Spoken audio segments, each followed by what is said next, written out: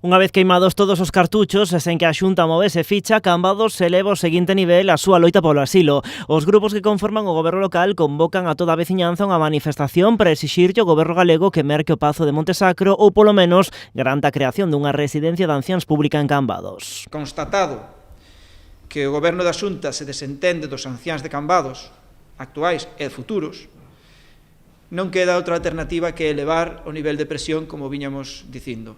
E por eso convocamos a todos os veciños e veciñas de Cambados e da comarca a concentrarse o próximo sábado, día 27, este sábado non, o seguinte, ás 12 do mediodía, na esplanada do asilo. Din tomar esta medida logo de ata 5 solicitudes frustradas para reunirse coa conselleira de Política Social e tamén a negativa do presidente da Xunta para manter un encontro solicitado polo Concello a finais de outubro. Polo menos, ter a decencia de que o representante dunha administración que é a Xunta de Galicia, aínda que sexa dunha cor política, os representantes de outra administración que é o Concello de Cambados, se dignen a recibirnos. Insisten en que a Xunta é a que ten as competencias en materia de benestar e os fondos para facerlle fronte á compra do Pazo. Ademais, aproveitan para cargar contra a líder dos populares en Cambados, que nas últimas horas aseguraba que está a facer xestións discretas sobre o asilo. Si alguén na Xunta sabía que esa muller iba a decir eso, verbalizar así esas palabras, dicindo públicamente que pasan dos representantes legales do pobo de Cambados, que fomos elixidos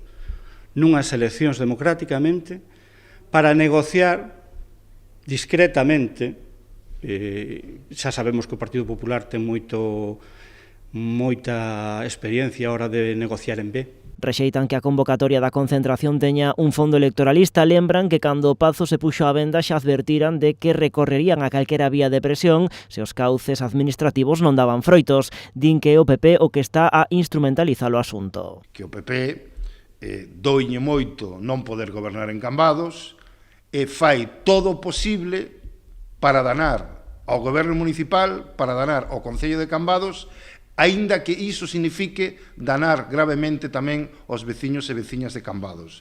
Todos sabemos que se estuvera gobernando o Partido Popular, a Xunta ia facer todo o posible. O Pazo está á venda por 3,8 millóns de euros. A moratoria de 3 meses que a Congregación do Asilo deu ao Concello rematou o pasado 31 de decembro, polo que a súa venda podería producirse en calquera momento.